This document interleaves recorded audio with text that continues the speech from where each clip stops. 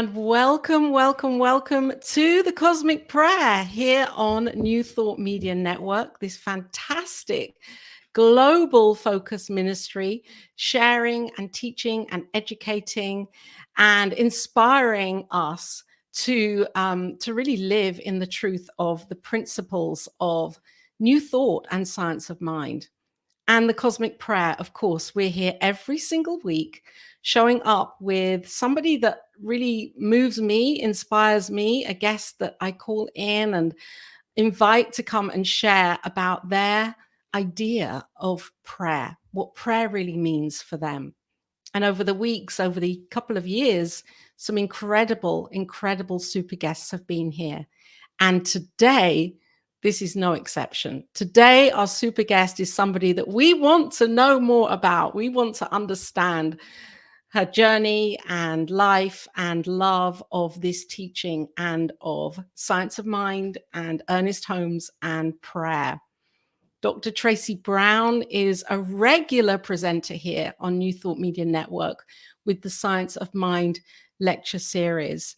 And of course, it does not stop there. Dr. Tracy's work is absolutely fantastic. Her passion for bringing this teaching to the world so that we have a deeper and truer understanding of what inclusivity and equality and diversity really means.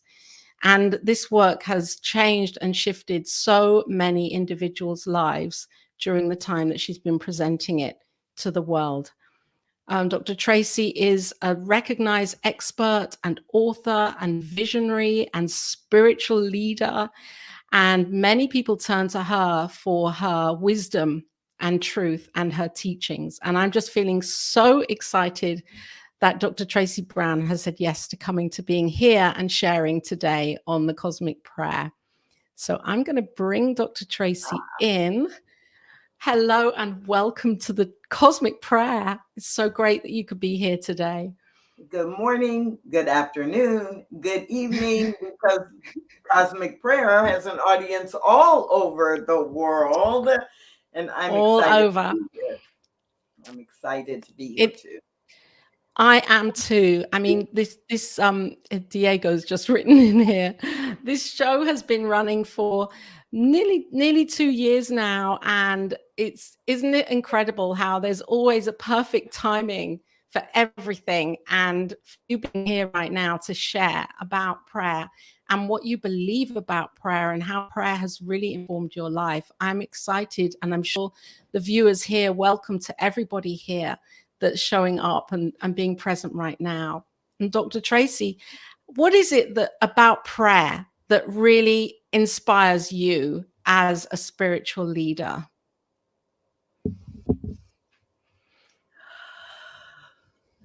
So that deep breath right there is almost always how I begin prayer, because prayer for me is that channel or that process of opening the channel, clearing the channel between me and the creator. Just like that deep breath clears my lungs and prepares my body like to go do the next thing. And so I don't think I consciously realized it for a long time, but now I'm very aware that prayer for me is just the communication, using the communication channel, the connection between me and God.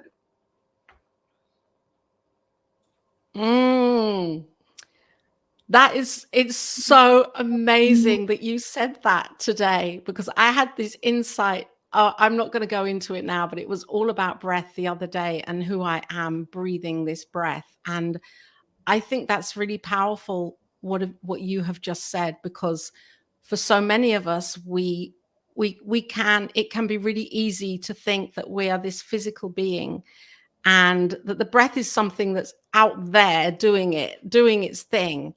And I love that idea that the prayer is in the breath. And you know, when I was growing up, I learned about prayer, but in a more traditional spiritual or religious context.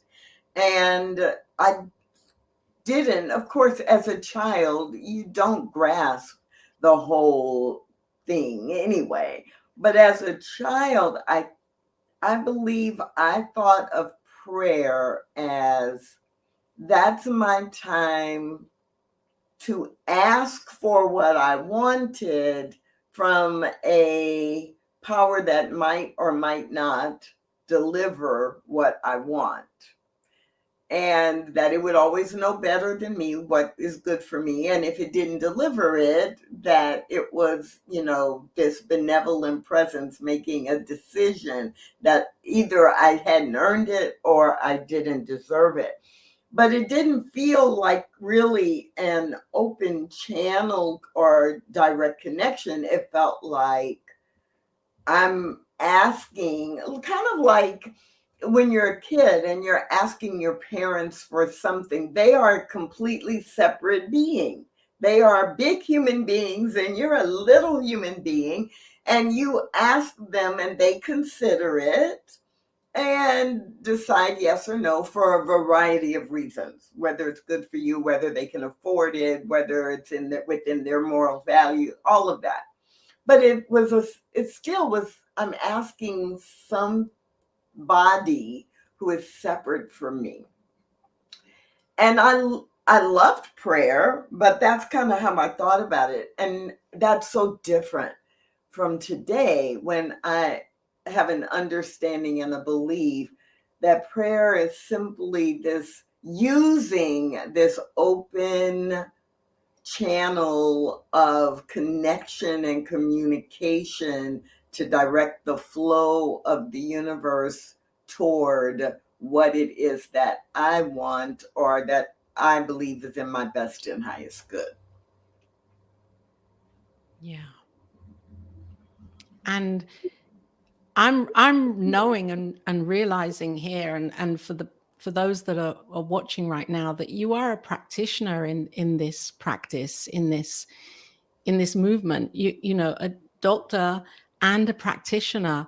And so I'm wondering, as a practitioner, we know prayer. I know prayer has really changed my life. I wonder, at what point did that change for you, where prayer became not this, asking for and waiting for this something out there to maybe decide whether you would receive it or not? When did that change for you Wow, on your that's a journey? great question, partially because I don't know if I can remember, but wow. I, interestingly enough, I think the deepening of my prayer practice came as a result of, or it came after the deepening and the increase in frequency of my meditation practice. And maybe Wow. that is one of the reasons that for me, a great entryway into prayer or a prayerful vibration is taking a deep breath. Um, and so way, way, way before I became a licensed practitioner in science of mind, way like, I'd say 20 years before that, I began, because I was meditating more, I guess, to feel a stronger connection and a direct Mhm. connection. And meditation and prayer began to overlap more. Okay. And so prayer for a long time for me was not about the words, but I would pray in silence, creating this vibrational match. Okay. And then for me, I think the connection with words and really shifting how I prayed with words did come from being exposed to both unity principles and science of mind, and especially the science of mind, spiritual mind treatment. So I would say in the late 80s or early 90s, my approach to prayer really began to shift. And then there was a friend, a really close friend, actually family member by marriage, who was going through a cancer experience. And this was probably about 15 years ago. And I copied the Ernest Holmes prayer that's in Living the Science of Mind. It just felt so appropriate for what he was going through. I just copied it and, changed a couple of little details. And from that day on, I think spiritual mind treatment became my primary practice, and meditation Yes. began to take a backseat to that. Okay. And you found that you could, through prayer, you still felt as fulfilled in that practice. Because I know when we're in one practice and then there's a shift, it can be like, oh, there's a space, there's a gap. Yeah, I think that I had been exposed to spiritual mind treatment before, and I knew what it was, and I kind of sort of used it, but that and part of it was copying word for word and really taking it in and then beginning to structure other prayers specifically in the format of spiritual mind treatment. um it was just time for a shift, but all of our spiritual practices, right, combine to create the wholeness that we want. And Yeah. now prayer, especially but not only in the form of spiritual mind treatment, really is my foundational spiritual practice. And here's something that people who are involved or experienced in science of mind will totally get this and what I'm about to say. And people who have a different prayer methodology may not understand it, or at least may not understand it the same way. But because in spiritual mind treatment, that one form of affirmative prayer, we are claiming and, in fact, demanding, right? We are directing the flow of the universe in prayer. It is very powerful. It is very powerful. And it requires taking responsibility for what Mm-hmm. you really want. And so this I love the show title, right? Cosmic Prayer. It is using the entire cosmology of the universe. It is a cosmic experience. It is powerful. It is active, not submissive. Yes. Yes. And so when that happened for you and your friend, and you used the prayer, and how did that demonstrate for that person? Oh, it would demonstrate it in so many ways. Well, long story short, it's 15 years later, and he is still alive. But it Oh, was wow. but it wasn't just about, him being alive. It was about healing mental, physical, and emotional things that were out of alignment, and Yes. absolutely saw that happening. There was a part of that prayer, as I recall, that was really focused on simply, really the relationships, right? And healing relationships, Right. releasing anger, and so, literally the first demonstration was that this person received the prayer and appreciated the prayer. And that alone was a demonstration, because this was not someone who was also in religious science or unity or really any active spiritual faith system. And so the reception of it and the appreciation of it and the feeling that, oh, something is shifting here, that was demonstration enough in the moment. Yes. Right. But over the next few weeks and over the next few months, seeing the healing that happened in relationships, the shift in perspective, and then the through some pretty scary circumstances that did not look like healing of the body. It seems like Yeah. it got worse physically before it got better, but then it got better.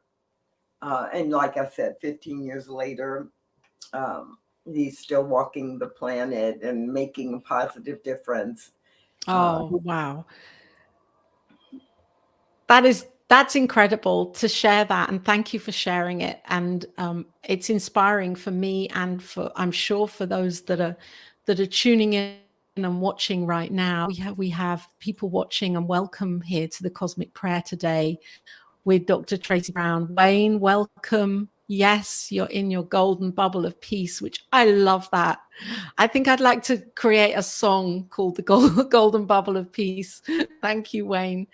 And Diego, of course, is here. And whoever else, if you're here, welcome to the Cosmic Prayer today. We're talking about prayer from the heart of Dr. Tracy Brown, who is also, of course, a practitioner and an incredible force of momentum in this movement of science of mind and new thought and the work that you bring to the world. And I wonder how, it's incredible. I'm reading on your website here that your company, your work, has provided training to more than 450,000 people.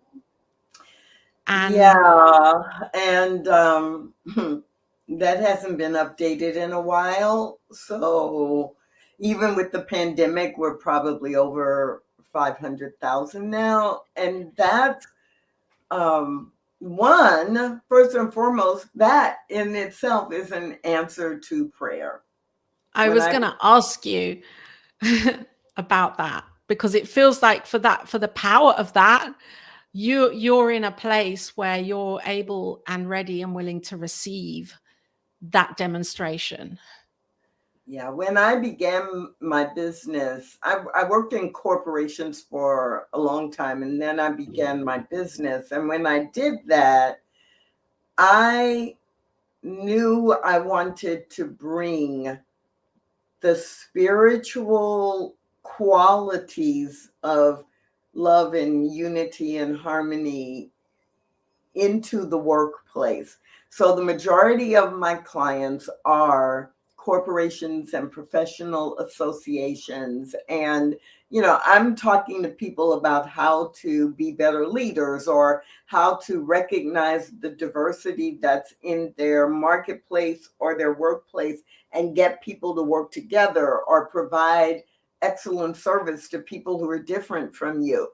And so it's people stuff. And I find, or I believed at the time, if we could bring our spiritual sensibilities into the workplace and into the marketplace, that it would be very different, and people would love working with each other. And so I went to a retreat in my first few months of starting my business. And it was a retreat that really helped with branding and grounding, and some expanding your vision of what your business could be and how to do that. And there was a phrase that came out of that I have never forgotten, and that I refer to regularly. The phrase that came out of one of the phrases that came out of the process was that the work that I do, the core of what I do, must be invisible but tangible. Right. So I'm going into workplaces workplaces, companies, or conferences of associations, and they're not inviting me to come and talk about God. They are not inviting me to come and talk about the most important thing to do is to love others as you love yourself or as you love God. They're not hiring me to come in and bring a spiritual perspective or to do prayer.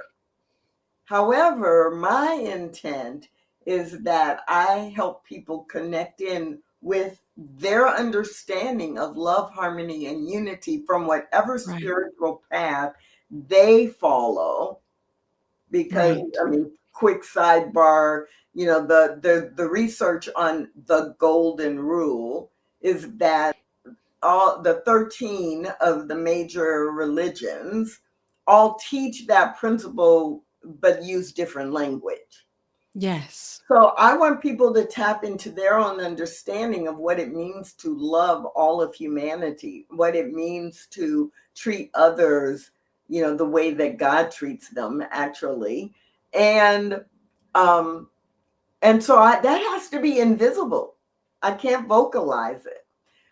But if I'm doing the work, it's very tangible in the experience that people have and in what they take.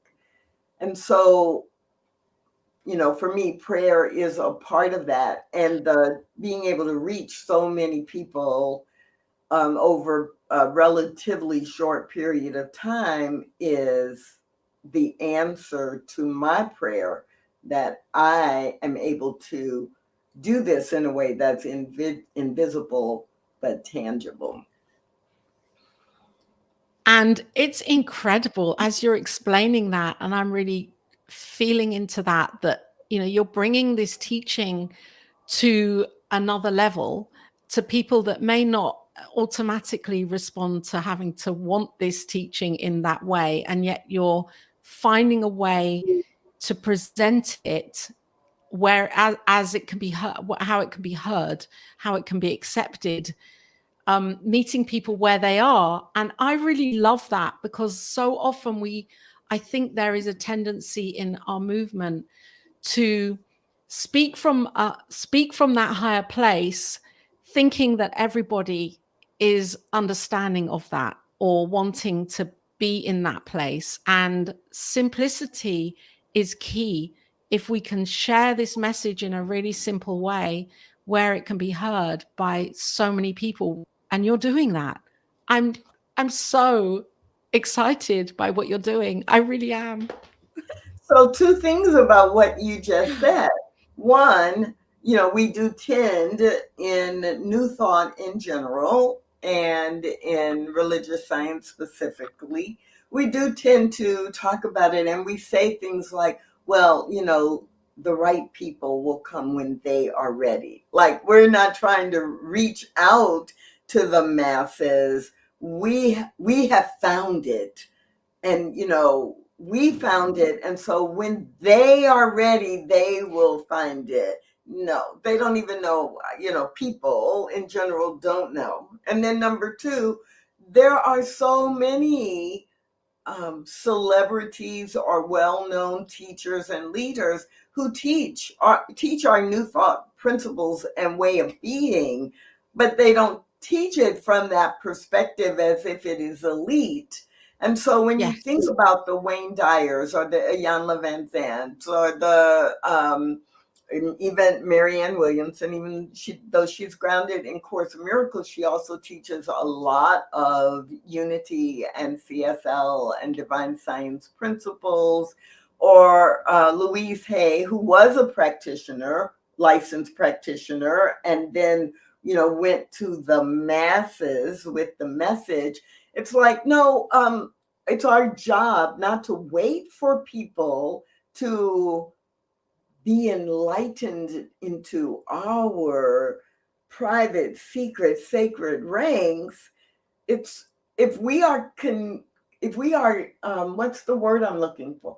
If we are contributing to the collective consciousness, which we are, then we it's up to us, because we know the principles, to translate them into language and experiences that are relevant to the people who can use them, whether they know they can use them or not.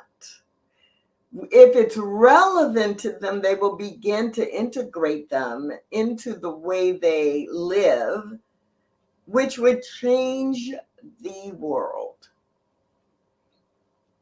Yes. Yes, it's so powerful. I've been really focusing on this for myself recently. These the four kingdoms. Michael Beckwith talks about the four stages of our consciousness and our growth. And if we as teachers and even as students of this truth, because I consider myself to be like, I'm continually a student and learning this, and I want to be able to relate with this to those that I love and know that may not be as fully immersed as I am. And that's cool too, because we're all doing our own thing in our own way. So so when we talk about prayer, Well, I was going to say, and that's why, because I was making this connection right back to prayer, right? And what's going on in the world today, and there's always something going on in the world. So whatever is going on in the world today, and we say, well, I'm going to pray about that, or I'm going to pray for war to end, or I'm going to pray for clean water for the children in Flint, Michigan. I'm going to pray that everyone has a home and we no longer have unsheltered people on our streets. I'm going to pray for prayer is important. Prayer does change things, but we also teach, right, treat and move your feet, or the yes, African proverb that really has been framed upon is pray and move your feet. Like, that's an ancient African principle and proverb that has been around like forever. And so prayer is important, and it does work, and it does change things. But this connecting what we do and what we believe, the foundation that makes the prayer work, is something that everybody can use. We yes. are not elite. A practitioner or a minister doesn't have some special magic power that makes the prayer work. It's we hopefully understand why it works so that we can teach others to do it, but it's not that we have any magic. And so No. if we are going to utilize prayer in the most impactful way, it is not just utilizing it for our individual lives. It is utilizing it in a way that helps us impact the lives of others and the collective consciousness. Yes. And how do we do that, Dr. Tracy, when there is a kind of a question with many people, even a big question around God and around the existence of God, and is it really worth praying anyway because God doesn't even exist? And how do we, because thousands and thousands of people have that belief system, and that's fine too, because I know we're all God expressing, and so it's all this divine experience. And I so we love can't make it work for anybody unless, and yet how do we bring prayer forwards in a more in a kind of, how can we open it up to to people seeing that it doesn't even need to have a belief in God as such, because it's all about knowing that we can just hand over something to this divine presence that is within us. And it's okay, the trust and the faith to do that. Yeah. I love that. I love that. I love that question and that framing for many reasons. One, just because it's brilliant. Two, because as New Thought takes its place globally, there are so many places where even the term God is not appropriate to use. Yes. Yes. And three, that we have anthropomorphized God. We so often think of God as just a superhero human being or a human being with superpowers. And so for me, that question and that framing goes back to even how I started the very first thing. We had to get clear about what prayer is. And so Right. for me, when I think about prayer being the channel through which, or utilizing this open flow between me and that which created me, or me and that which created the world, or me and the creation of the world, then I don't necessarily have a name for that. And so if I were talking with or working with someone and they didn't have an attachment to the concept of God or even creator, then I would most likely frame it in the context of your higher self, right? You and I are living every day, and we are dealing with whatever life throws at us, in people, in conditions, in history. It's all, we're just, crawling through the mud of life. And there is a higher self, not necessarily better, but a higher, cleaner self that is separated from, or that is able to transcend the mud you're going through. And like, let's, you've heard me pray and begin prayer with the phrase that I have adopted from Homer Johnson, who is a leader, a past leader in Science of Mind movement. And Homer Johnson used to start many prayers with this phrase: let's go upstairs. Let's go upstairs. And I use that phrase a lot because it reminds me that even, just me, if I don't believe in God or anything else, I am on the ground level navigating my everyday life.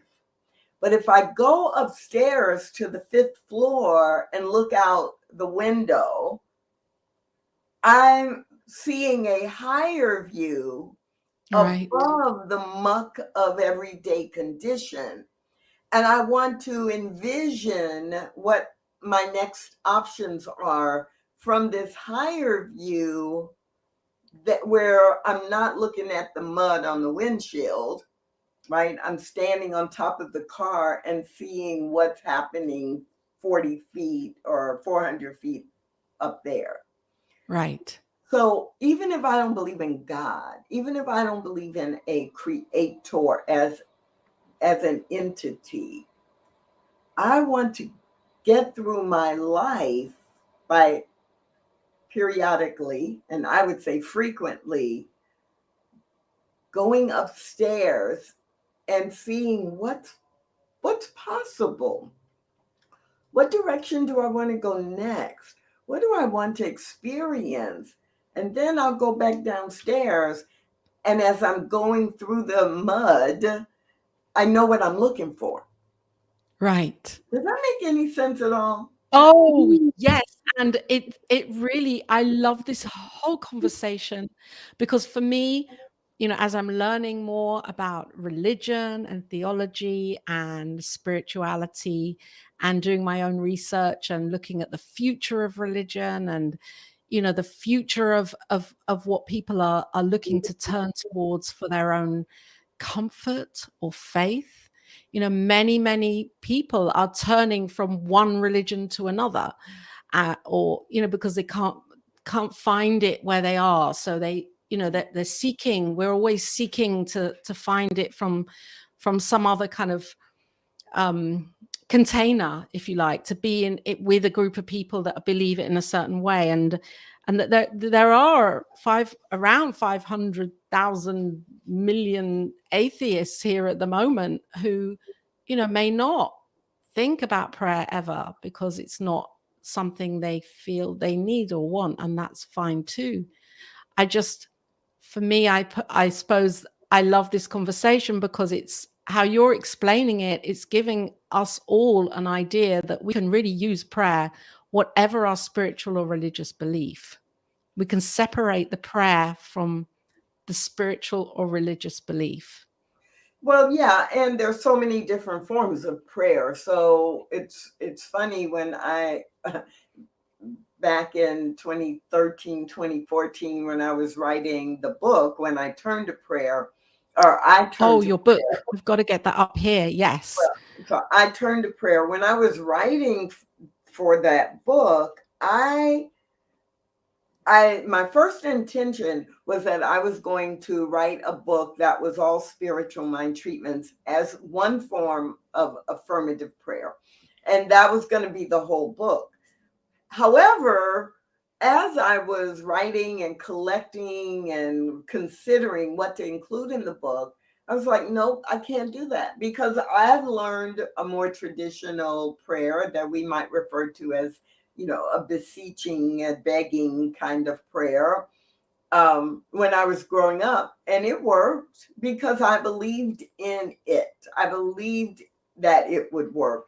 And then I thought, well, a lot of times when I'm journaling, I'll be in a prayerful mindset or vibration, and I will journal something that comes out as a poem, but it really is a prayer because I'm using this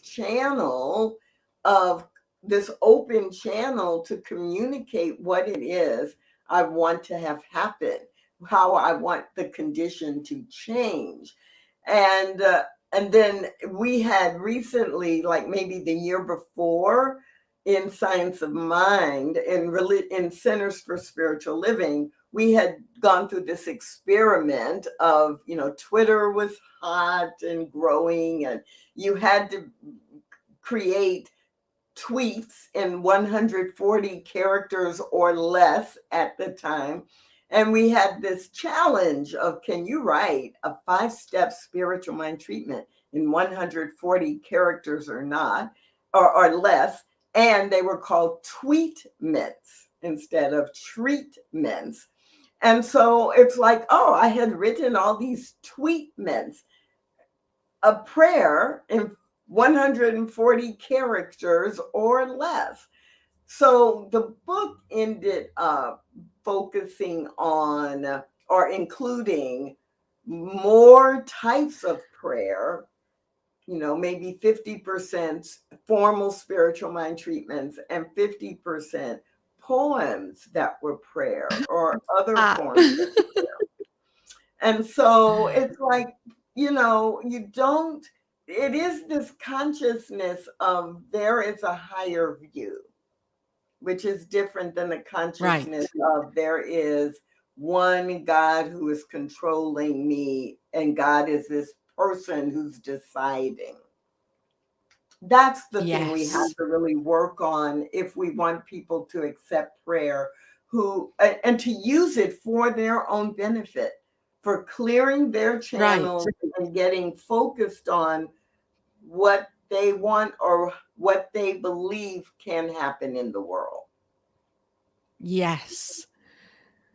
Thank you so much for sharing that, for sharing this way of seeing prayer and understanding prayer so that we can open our hearts to practicing it more for our lives. And the book that I did just put the book up here, and I took it because it was interfering with the stream of, and your book looks amazing. I've only just realized that you have this book, and you have many books, I know. So so I'm going to be checking the book out, and I'm going to put the link. I think I put the link here for, no, it's not that one. Sorry. We can Wrong add link. Didn't put the link up. we can add the link. We can add the link for the name of your book. Yeah. Which is I Turn to Prayer. I Turn to Prayer. Yay. But that, again, this came out in 2014. Prayer is a daily part of my life. And what really happened, that book came because people, I was getting so many requests for prayers. And I was like, what are things that people ask for prayer all the time?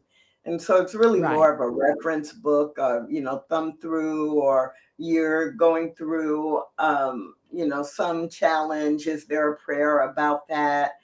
But I use prayer every day for myself and for others. And in the work that I do related to diversity and inclusion and leadership, I'm using it all the time. All the time. Right? How do we create a world where there is love and unity and harmony expressed? We all can be doing that prayer every day. Every day, more than once a day. And it does change our lives. It changes our consciousness and our perception of our own lives, so that we can live more fully. I'm just putting this up here right now because I just would like you, if you'd like to, for a few moments, to share about what is mine to do, and the work that you're doing in the world with this, because I know you have an amazing community of people that are showing up more and more, coming onto that Facebook group page and tuning into your work for inclusivity and equality and diversity. So what is mine to do? So the work that I do in organizations and with churches around inclusion is about all the ways that we are genetically and culturally different from one another. So it is truly about all of diversity. But in 2015, I began to also do some work that was focused specifically on healing, interrupting, or ending race-based hatred and violence. And so the What Is Mine to Do Facebook group, which currently has, maybe 7,200, over 7,000 members. And we ask ourselves the question every day, what is mine to do to end or interrupt race-based hatred and violence? Now, this is people from all over the world and people who are from all spiritual walks of life. So it's not, people who are just in New Thought, although sometimes that would make it easier. So I don't publicly incorporate prayer into that work, but every day I am in prayer related to ending race-based hatred and violence, and showing up in the group in a way that others will connect in with this spiritual principle that every person is created on purpose, and every person is created of value and worth, and every person deserves to be treated the way that God created them to be, and to be valued for how they were created by spirit. And so that is the daily prayer behind the scenes, which I think has resulted in people joining, and the people who most participate. So, we've got over 7,000 members, but, 10% of that are the people who are actually participating all the time.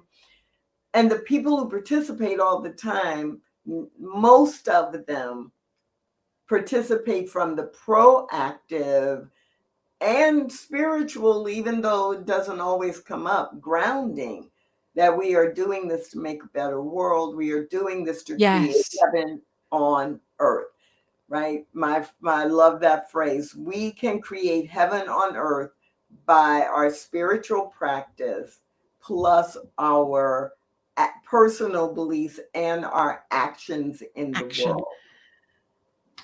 And isn't it amazing? You said, oh, it would be easier if your group was just filled to the brim with New Thought people, people who follow New Thought, and that's not the point of it, though, is it? It for me, it's amazing that it isn't, Well, because you're really reaching. it would be easier only in that I would actually put prayer in, or I would Oh, quote I Ernest see. Holmes, Okay, or I right. would, put some scripture in. I would write, but because there are people from every spiritual path, then I don't do that publicly. Although sometimes people will post from their own spiritual path or belief system. Here's what we believe, and Right. but I don't do that as the moderator of the group. I don't put my own spiritual path out front. But isn't that our work? I mean, isn't that our work to come together Yes, regardless of spiritual, absolutely. right? That's part. Yes. Yes. And what is so beautiful is that you are doing the work. You are doing the work, and that's why you're creating this immense ripple, this wave that is all encompassing and accepting and allowing. It's so beautiful. Thank you so much for being here, Dr. Tracy, and for sharing. Really, thank you for being here. And I wonder if there's anything and a message you'd like to share with anyone that's will watch this later or watching now. If there's anything in your heart that you'd like to share, or maybe you'd like to share a spiritual mind treatment right now. That's so funny because that's what was in my mind. So, Yeah. so this is in my in my in this breath right here and right now, the one thing I want everybody to take away from this conversation. So let's go upstairs. Hmm. Let's go upstairs from our current level of experience. Let's go upstairs from the human consciousness into an infinite intelligence that is a higher consciousness and knows what to do, when to do, how to do it, and why. Let's go upstairs into a broader, expanded view of what it looks and feels like to be an example of perfect love, perfect unity, perfect harmony. I know that this is the nature of that which has created all life. And since it has created me and Laura and everybody within the sound of my voice, it is the true essential nature for each entity, each person as well. So I speak this word from that place. I know that the power of prayer is simply the power of connection with Source. I know that the power of prayer is the result of using this connection, this open connection with the source of all creation to direct the flow and the nature of life.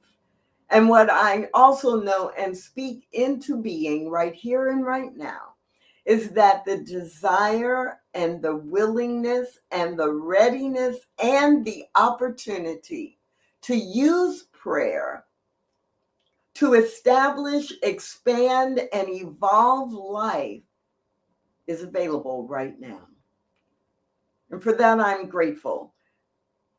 I'm grateful to have a tool and resource called prayer to center me and to guide me. I am grateful to share this resource of prayer with all who are willing to engage in it. And I'm grateful for the amazing Laura Topper, who brings the idea and the implementation of prayer into the consciousness of the world every Monday. From that place of gratitude, I simply relax. I breathe. And I relax and release into spiritual law operating in perfection as it always does. We anchor that and affirm it together by saying, and so it is. And so it is.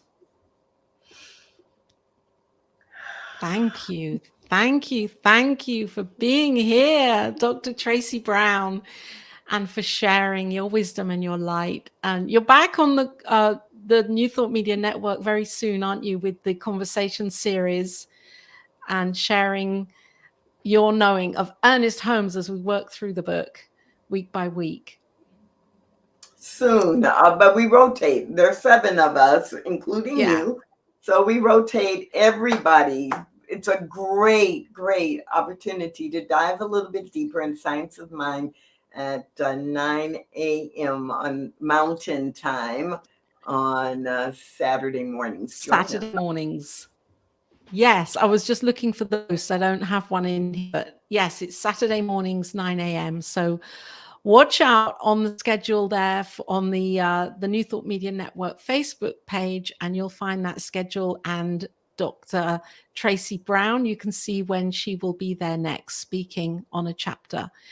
And thank you for watching and for being here and for being present and for tuning in to the Cosmic Prayer and to New Thought Media Network. And stay here because we have incredible shows coming up for the rest of the day. Well, it's my evening. I know that we have Bonnie Gonzalez on in a couple of hours. She will be presenting Your Doula for Grief every week. She's bringing grief out into the open, and let's celebrate this wonderful process, the grieving process and loss, and let's kind of lift the lid on this. And that's what Bonnie does every week with her guests and with her understanding of grief.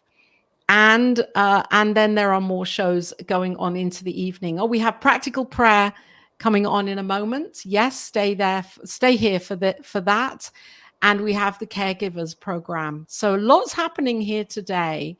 And the network, of course, is a ministry, a focus ministry. We're doing amazing things every single day. You can support the network. You can be giving of your finances, your treasure to the network. There's the donate button below. Of course, that means that that you are then woven into the consciousness and saying yes, this incredible intention and vision of bringing these teachings to the world, to people around the world. So thank you so much again, Dr. Tracy, for being here. And I look forward to you coming back again and sharing at another point in time. So much love to you and to everyone watching. Bye for now.